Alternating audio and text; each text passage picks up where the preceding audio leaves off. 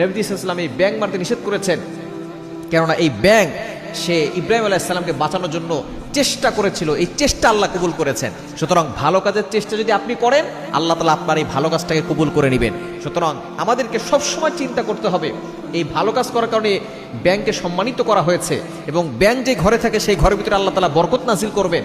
সুতরাং ব্যাংক যদি আপনার ঘরে আসে, সেই ব্যাংককে কখনো তাড়িয়ে দিবেন না, তাকে মেরে ফেলবেন না। অনেকেই আছে ব্যাংকের উপরে আঘাত করে, ব্যাংককে মেরে ফেলতে চায়।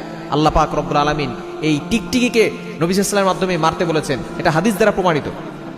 সুনান ইবনে মাজার ভিতরে রয়েছে, নবী সাল্লাল্লাহু আলাইহি ওয়াসাল্লাম বলে দিয়েছেন, এই টিকটিকি যে মারবে, সে এক আঘাতে মারতে পারলে, আম্মা জান আয়েশা রাদিয়াল্লাহু তাআলা তার ঘরে সবসময় বর্ষা রাখতেন এই টিকটিকি মারার জন্য।